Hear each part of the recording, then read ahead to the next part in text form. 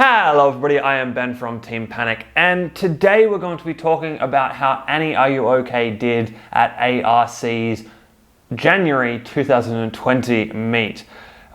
So obviously I didn't have a lot of time to do any real work to Annie Are You OK. Obviously with the holidays and everything I was quite busy, and then trying to rebuild the saw bot that you guys saw. I just ran out of time to get Annie up and going. The only thing I really did do is I added a new pulley with extra thickness, because that is what worked on the Christmas decorations to keep the belt tight and keep the whole weapon system spinning when attacking Christmas decorations. So yeah, that was basically it.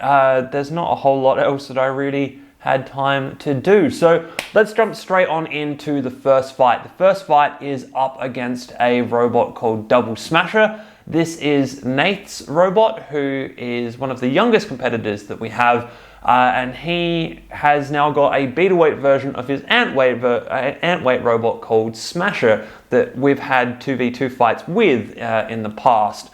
So Double Smasher is really quite cool because it looks like a much bigger version of his ant-weight, but it's now got two axes that are offset from each other. So one is always at the front and one is always at the back, and when you swing them, they go at the same time, like this, which I think is really cool. It's quite an interesting idea for a Beetleweight, and yeah, really, really cool. All right, let's take a look at how this fight goes.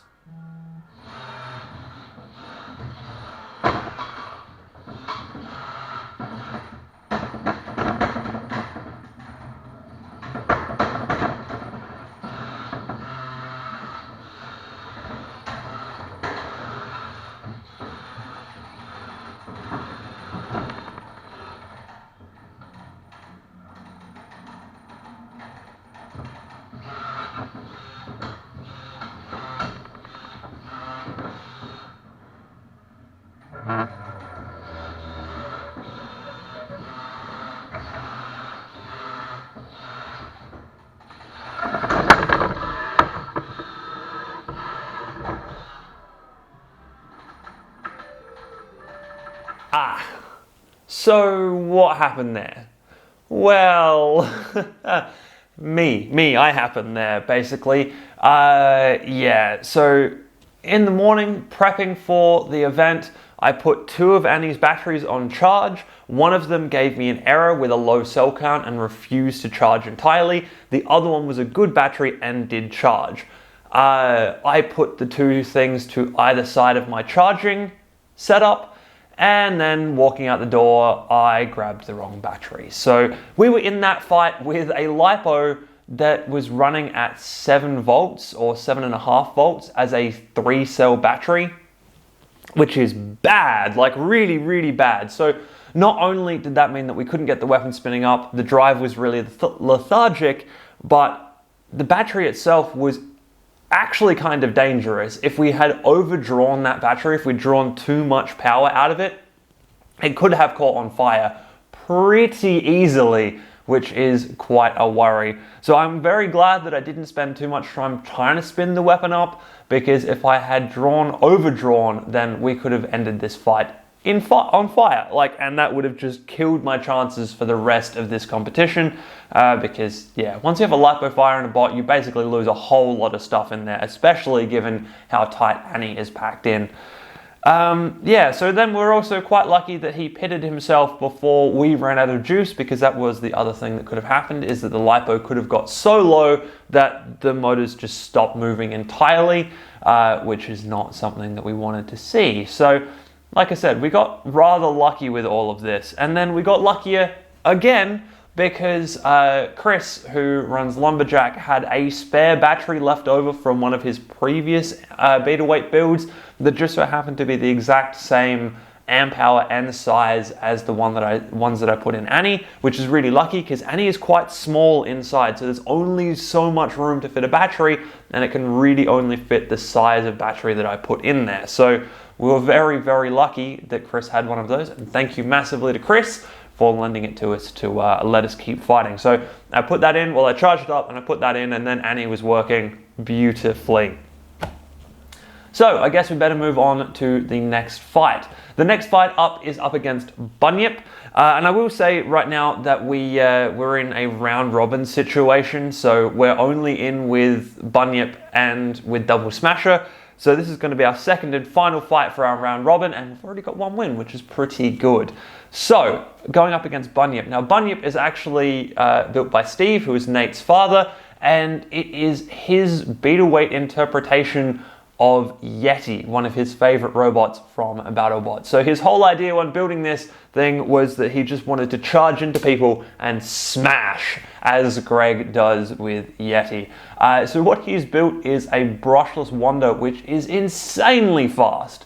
However, he was also running quite low on time to build this thing, so he'd put an ABS printed weapon on it, which had broken in his fight against Double Smasher, so he was running half a weapon when he came into this fight.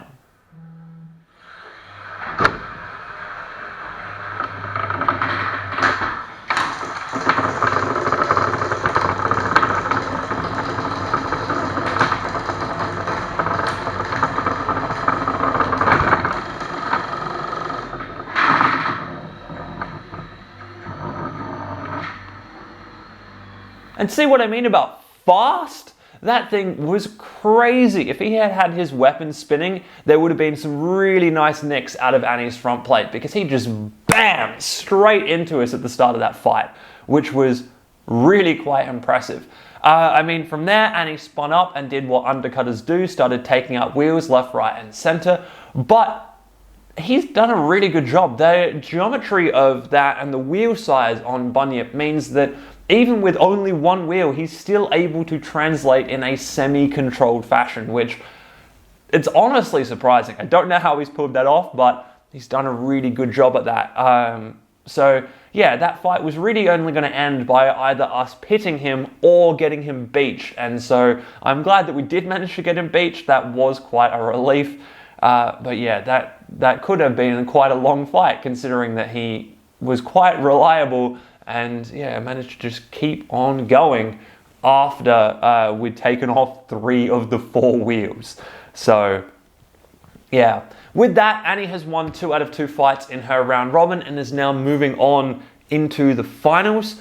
So the 2 people going through to the finals are, like, from our round robin, are me and Bunyip. However, Bunyip has basically taken too much damage, and he's at Nationals, Australian Nationals, this weekend, the weekend that I'm releasing this video.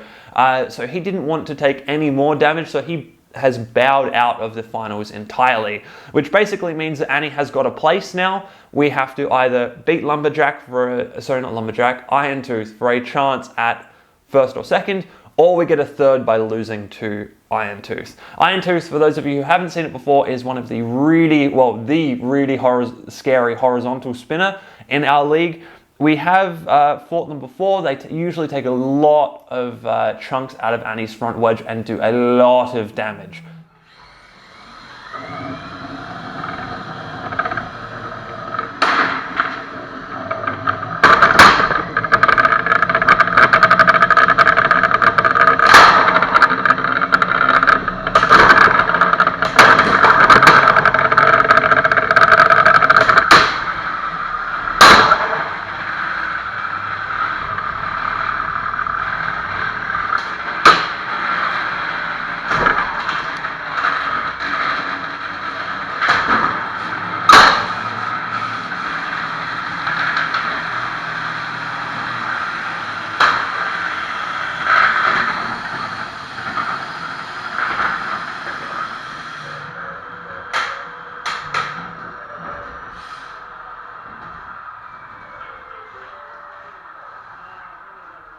Whew.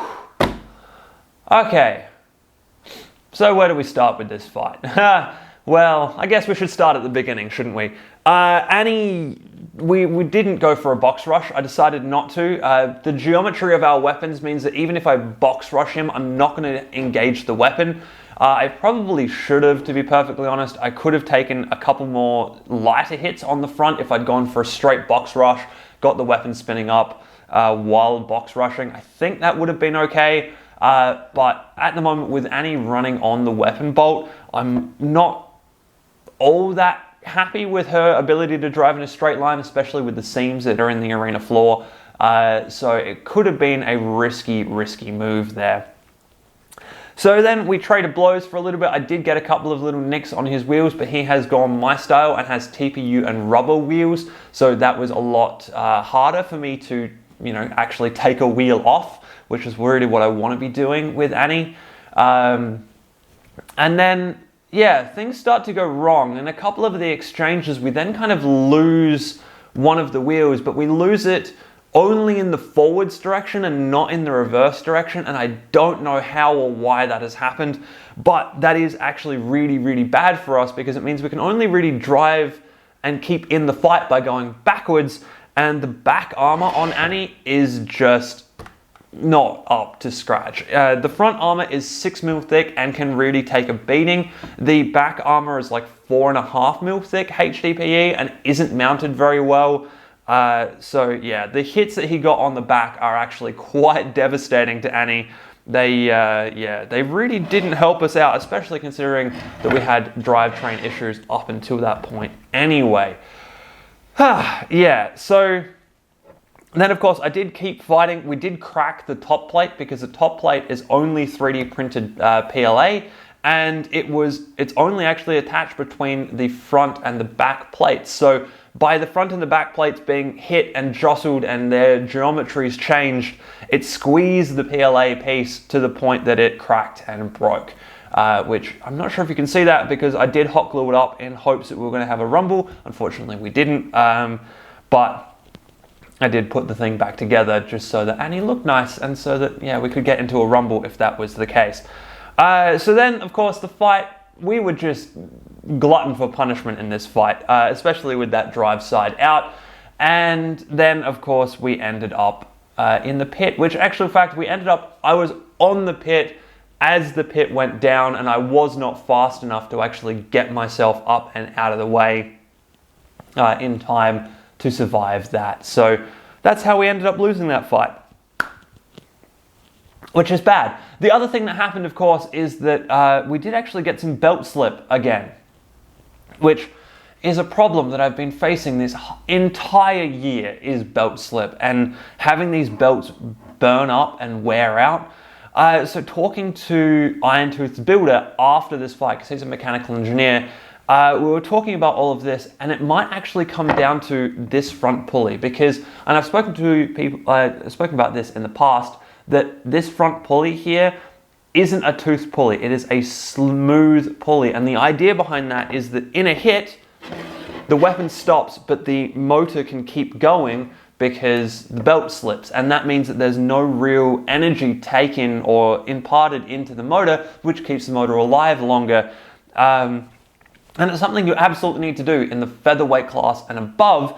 But I think by the fact that Cosman and Daedalus have just a hub motor in a weapon, I think these weapon motors should be totally fine with a toothed belt system. Now, the problem with this system is that it's great in aluminium and rubber belt systems because the coefficient of friction isn't all that high. So when you do get that slip, you don't have a lot of heat imparted into the system at the same time. And of course, aluminium is a really good heat conductor and heat radiator. So any heat that goes into the system gets radiated back out of the system and everything just keeps working. Whereas I have an ABS pulley up here, and the coefficient of friction between ABS and rubber is quite tight. So when you actually get that slip, when you finally get that slip between the ABS and the rubber, you get a lot of heat really quickly. And in actual fact, that makes sense because we've melted pulleys before. Like this guy over here is a melted pulley system that I've used in the past. So what this means is that heat, because it's going into plastic, it's not being radiated back out into the environment. So it's heating up everything. It's heating up the bearings, it's heating up the belt, and the belt is actually heating up to the point that the tips on the teeth are wearing off, which then changes the radius of the belt, or changes the circumference of the belt, and therefore means that we lose grip on the weapon. So we've got two different solutions to this. We can either A, make this front pulley out of aluminium, or we can B, reprint this pulley with a set of teeth on it so that there is no slip ever again. And honestly, I'm gonna try both of them, I think. We're gonna have another look at Annie before the next set of fights for ARC, and we are going to try both of those scenarios and see which one actually helps us out the most. Also, we're going to look at the drive system because I've been having a bit of drive system issues. We're going to shock mount the drives in, and we're going to possibly change over what type of drive we have in here, but we'll have more talks about that later on in that video. Anyway, I hope you guys have enjoyed this one, and I will see you in the next video.